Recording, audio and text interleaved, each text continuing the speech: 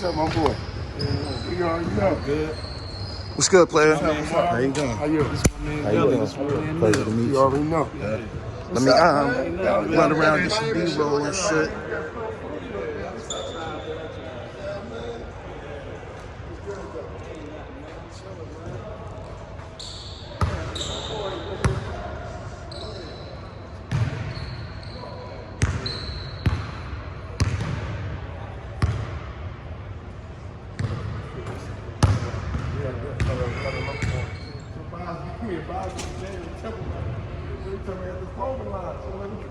Yeah. That's what I see. Hey, I said, oh, hold on, give me one black jaw, give me a gray jaw. You know what I mean?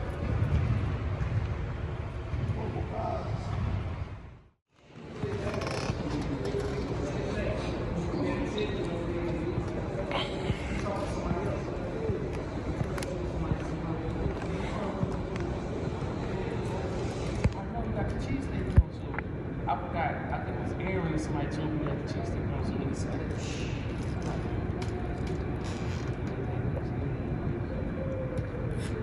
Me and him started chopping it up.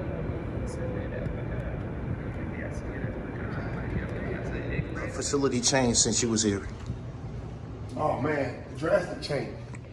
Yeah, drastic change. I mean, they had like 25 Right. seats.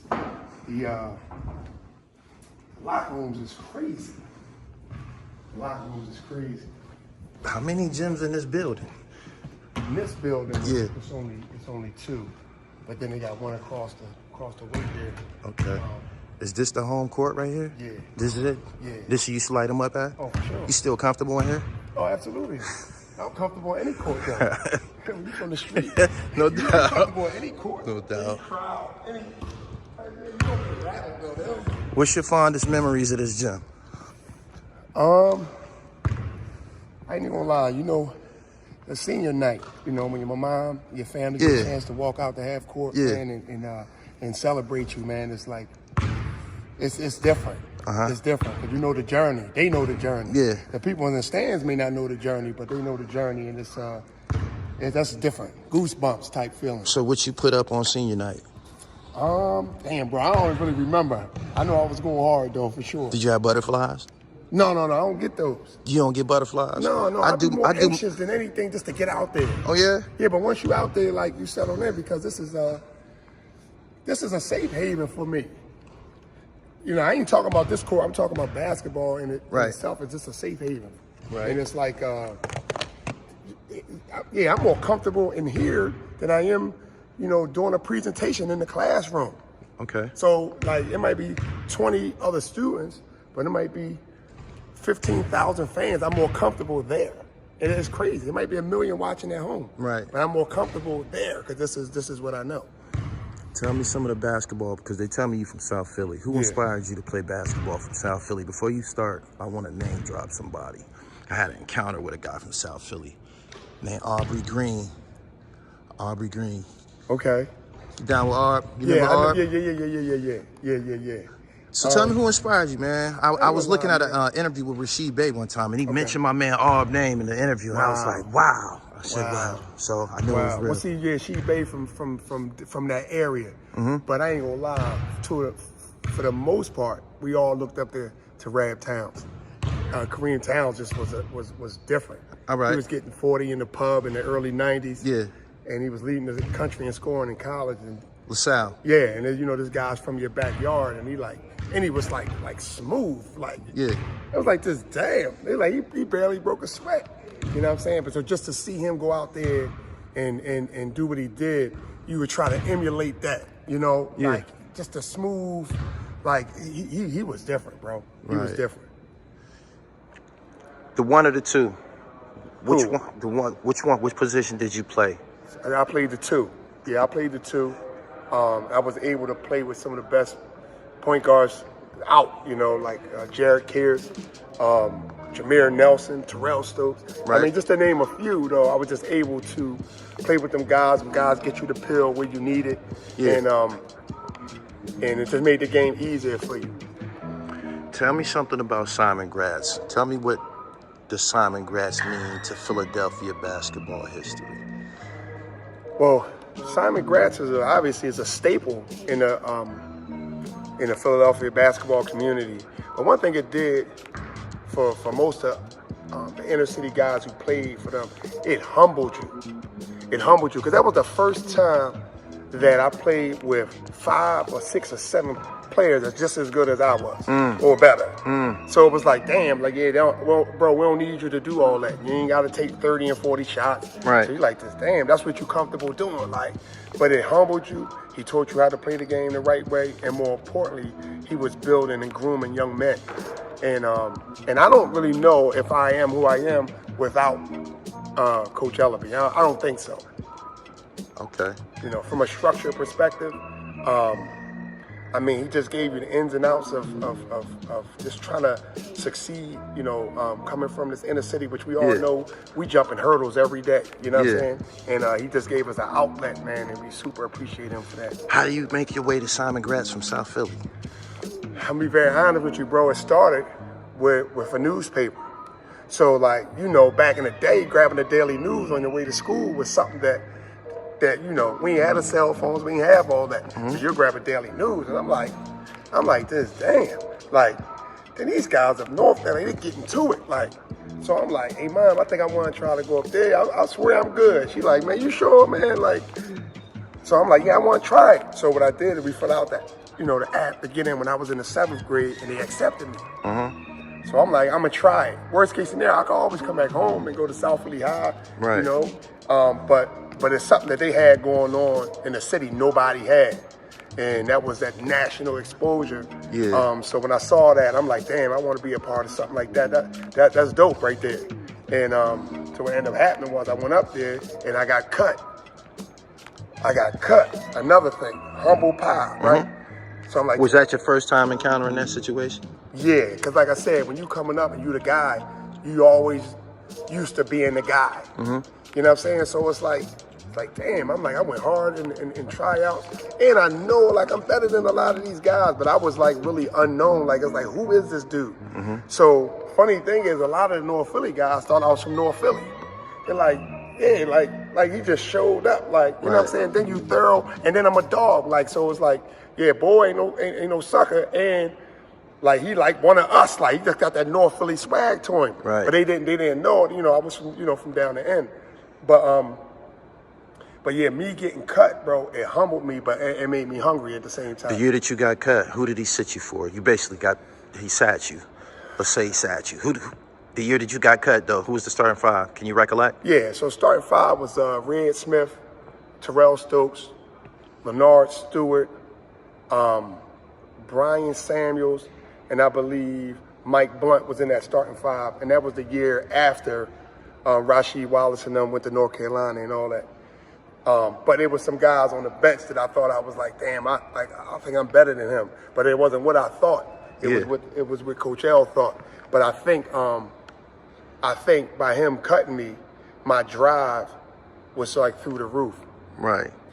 When you say cut, how do you cut a good ball player? Did he have a certain amount of guys that he was launching the roster with? Was he picking a 12-man squad or something like that?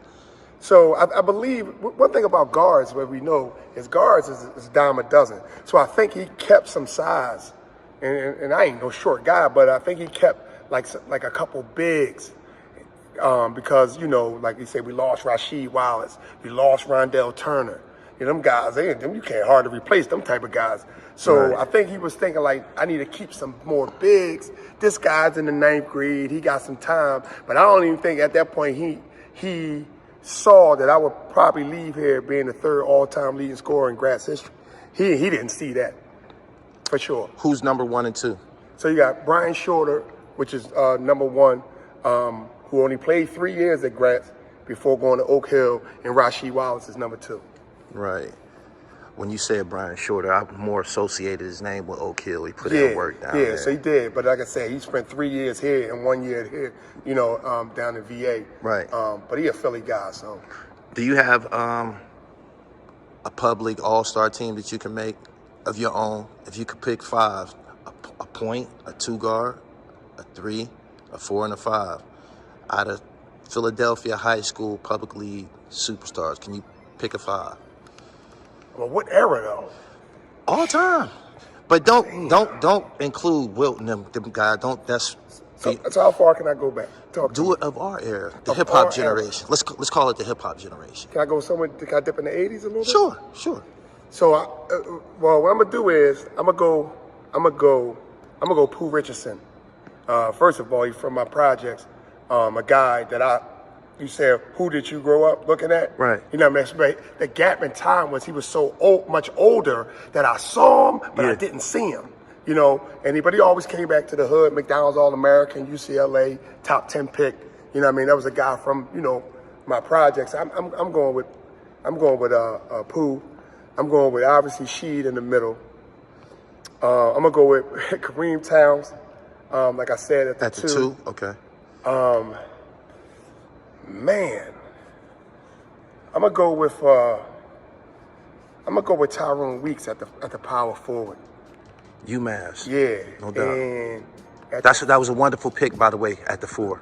Hey, listen, it's 20 and 20, bro. Yeah. Hey. Like I don't know if you can, and at the 3, at the small forward. Damn, who could I pick at the small? You know what I'm gonna go with? This gonna be off the charts a little bit.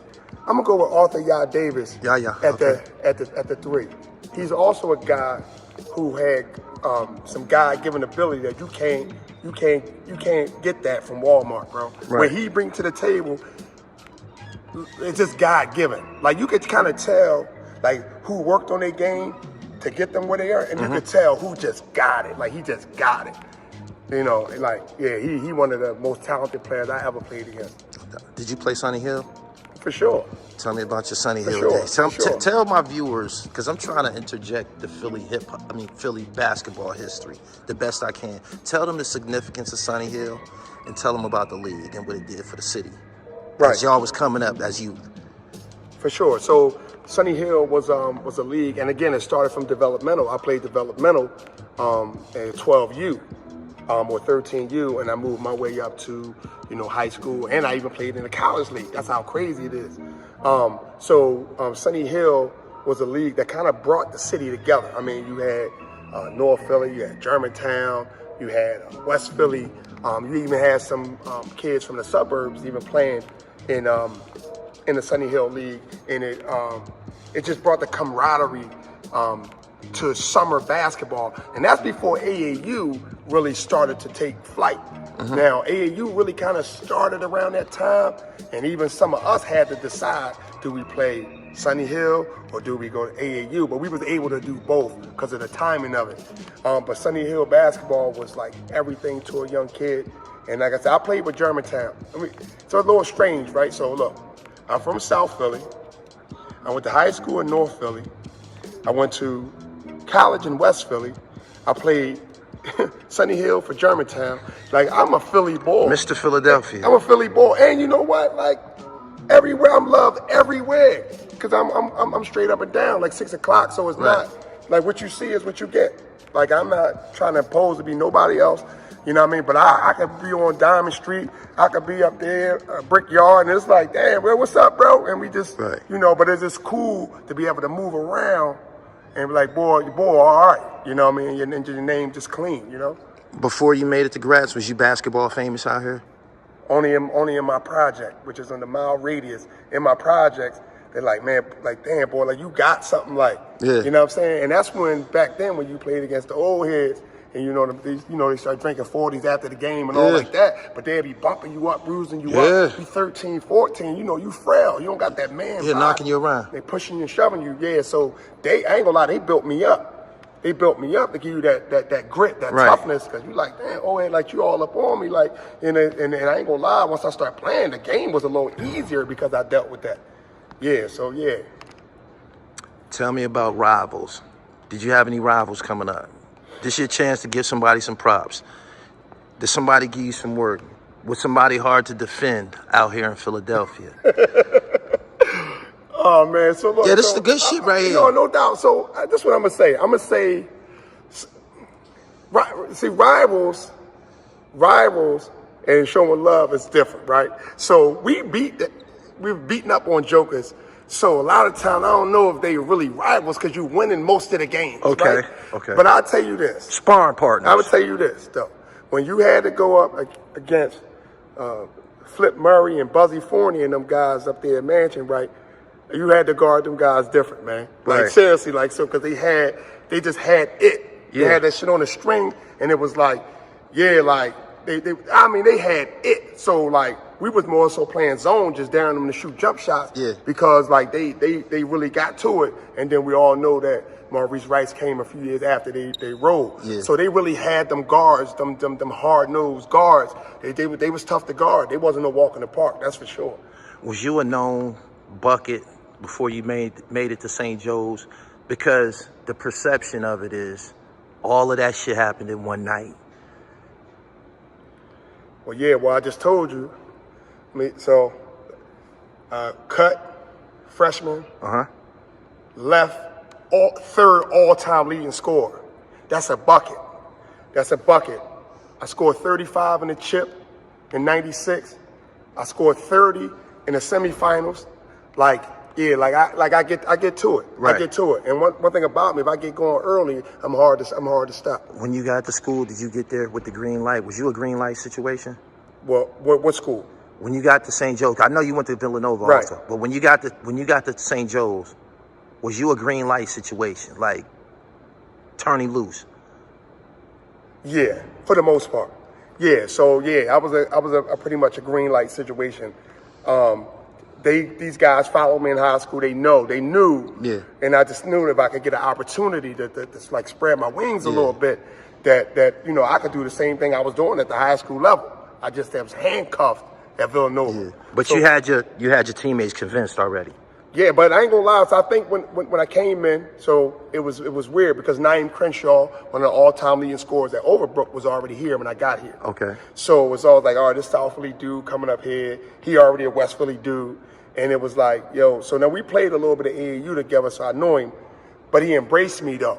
He embraced me. So once he embraced me, because I thought it was gonna be kind of standoffish, but his maturity level was kind of high. Like, yo, you with us, bro. Right. And we're gonna do this together.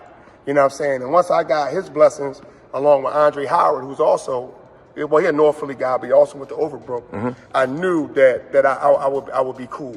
It's really about your peers. Once your peers start showing you love, the coaches fall in line. They pick it up. They fall in line. Right. Right.